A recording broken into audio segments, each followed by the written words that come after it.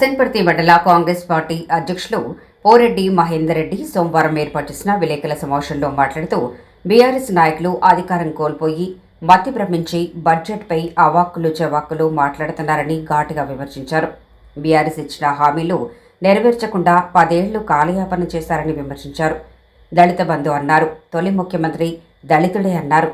KG to PG వరకు ఉచిత నిర్బంధ విద్య అమలు చేస్తామన్నారు. ఇంటికో ఉద్యోగం అన్నారు. భూమి లేని ప్రతి కుటుంబానికి 3 ఎకరాల భూమి ఇస్తామన్నారు. ఇందులో ఒక్కటైనా నెరవేర్చలేదని విమర్శించారు. కాంగ్రెస్ పార్టీ అధికారంలోకి వచ్చిన తర్వాతని నోటిఫికేషన్లు వేసి సక్రమంగా ఎగ్జామ్స్ నిర్వహించి 70,000 మందికి ఉద్యోగాలు ఇచ్చిందని గుర్తు చేశారు.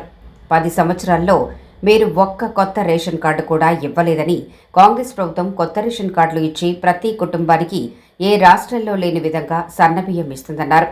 మహిళలకు ఉచిత బస్సు ప్రయాణం, ఇందిరమ్మ ఇళ్లు, 500 రూపాయలకే గ్యాస్ సిలిండర్, 200 యూనిట్ల లోపు కరెంటు ఉచితం, 2 లక్షల వరకు రైతుల రుణాల మాఫీ, సన్నవడ్లకు 500 బోనస్, మహిళలను కోటీశ్వర్లు చేయాలనే ఉద్దేశంతో వడ్డీ లేని రుణాలు, పెట్రోల్ బంకులు అప్పచెప్పారన్నారు.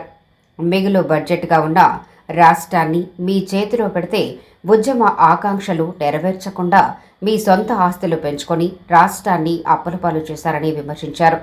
ఈ విలేకరుల సమావేశంలో ఆత్మకూరు వ్యవసాయ market vice chairman Thangellapalli Tirupati, మండల సర్పంచుల ఫోరం అధ్యక్షులు చల్లా రాకేష్ రెడ్డి, డివిజన్ అధ్యక్షులు కనపర్తి కిరణ్, మండల మహిళా ఉపాధ్యక్షురాలు బత్తుల స్వాతి, కాంగ్రెస్ పార్టీ సీనియర్ నాయకులు వీసం సురేందర్ రెడ్డి, నాగారం సర్పంచ్ లావణ్య సంతోష్, సీతానగరం సర్పంచ్ రమేష్ యాదవ్, పుల్లా రవీందర్, ఆర్ఎల్లి వెంకటస్వామి, మండల సోషల్ మీడియా కోఆర్డినేటర్ బెగుళ్ల సురేష్, పెద్దమ్మ నరసింహారాములు, డైరెక్టర్లు గరిగి రాజు, పెద్దమ్మ జితేందర్, అశోక్, కాంగ్రెస్ పార్టీ నాయకులు తదితరులు పాల్గొన్నారు.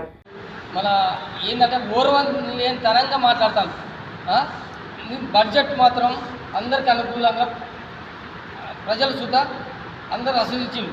కానీ విషయం ఏంటంటే వాళ్లకు వశపడతలేదు. ఇక 2 సంవత్సరాలు పోగానే ఇవాళ పిచ్చి లేచి రోడ్డు మీద బట్టలు చింపుకుంటారు. వాళ్ళు ఇక ఏమనదనుకుంటా ఇట్లా పిచ్చి పిచ్చి రాతలు రాసుకుంటా పిచ్చోళ్ళు లెక్క ఏమో ఇక ఇప్పుడు అల్ల పోయినోడు ఇళ్ళ పోయినోడు అంతా దాచేదని తయారైళ్ళు మోపైళ్ళు ఏనో ఇంత తాగుతాళ్ళు. ఇక తాగి కాంగ్రెస్ గవర్నమెంట్ మీద ఇన్ని పథకాలు పెట్టినాక చూద్దా మమ్మల్ని బదనాం చేసుకుంటూ గవర్నమెంట్ని బదనాం చేస్తుంది. మీరు ఏడమన్నారు? మీ గవర్నమెంట్ ఉన్నప్పుడు ఏడమన్నా ఒక ఇల్లు ఇచ్చిల్లా మీ ముఖానికి?